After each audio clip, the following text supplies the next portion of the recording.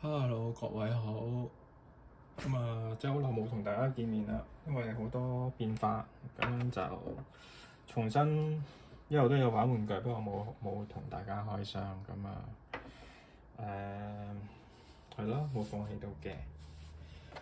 繼續啦，而家就係主要集中係玩啲動物類啦，因為動物比較冇咁過時啊。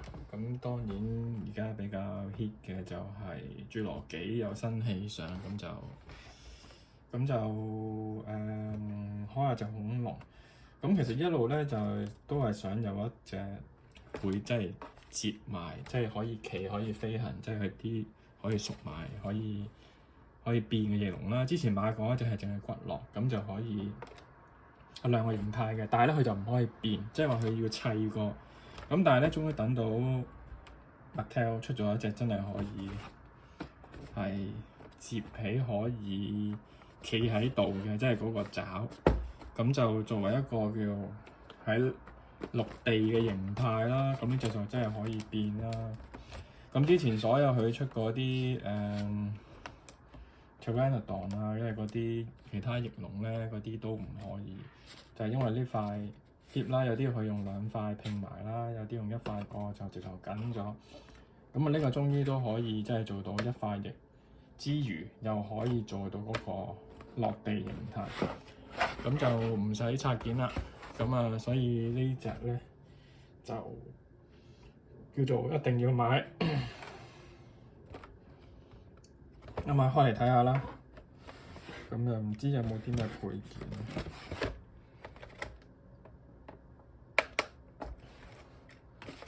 套戲當然我係未睇嘅，唔知幾時有機會啦。睇下仲有啲乜嘢地方要拆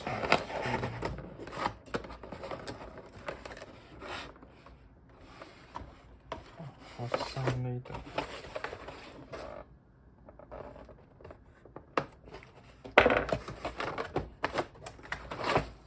拆晒啦。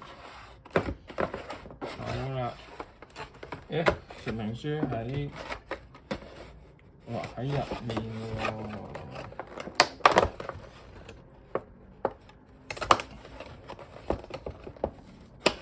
難度咁高嘅，細路仔點玩啊？說明書一個吸索入。真係呢啲係咪啲細路仔玩嘅？有冇寫幾多歲啊？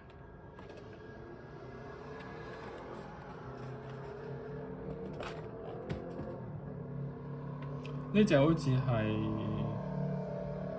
0至3唔啱，有小水盒。呢隻好似係最大嘅會飛嘅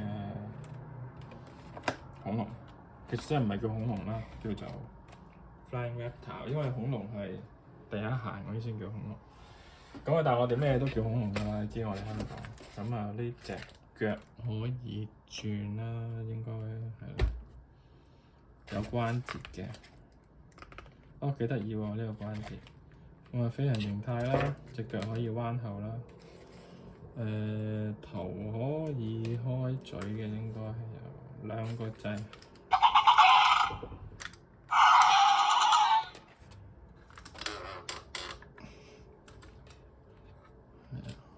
校好盞燈先。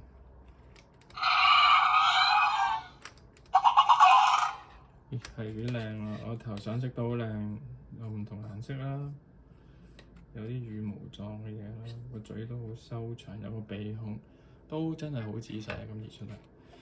另外一個咧可以摺埋，連動關節咁樣。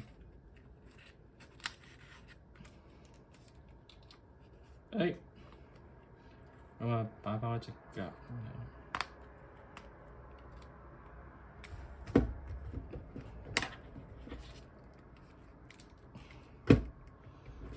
我擺返隻腳先。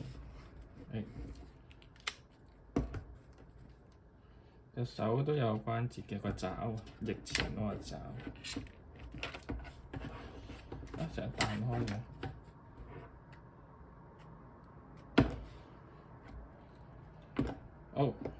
應該大致上係咁啦。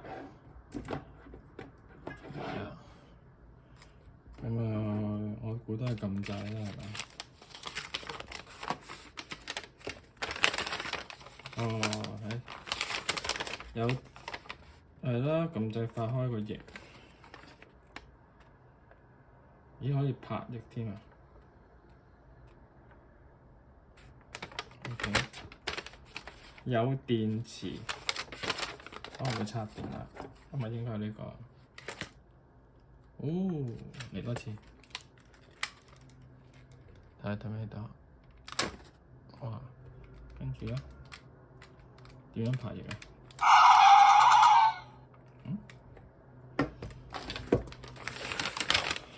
拍翼咧？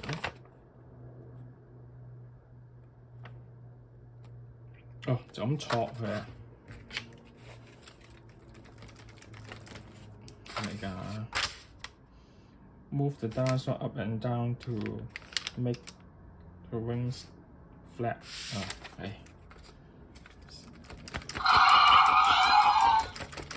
見唔到啊？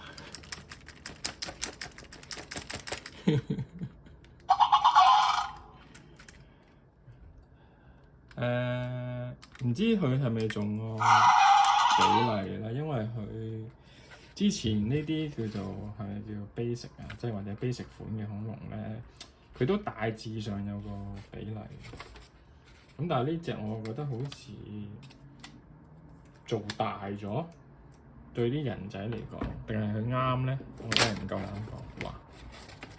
呢個真係呢個彈弓，呢個彈弓好敏感。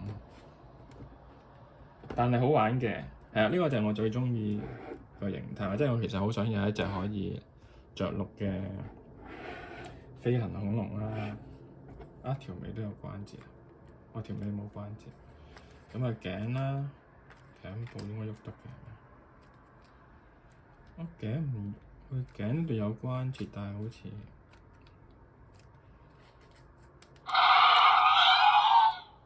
係咯，我頸呢度。係我喐唔到嘅，佢應該 suppose 唔知點解啦。我呢隻就暫時喐唔到。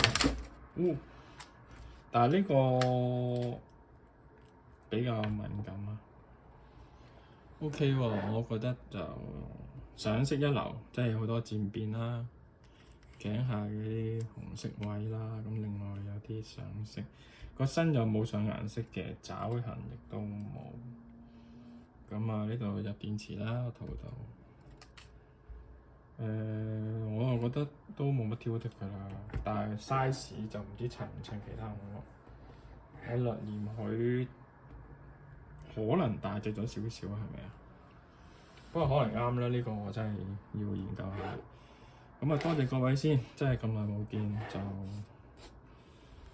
終於就可以為你繼續開箱玩玩具，咁啊希望以後多啲機會啦。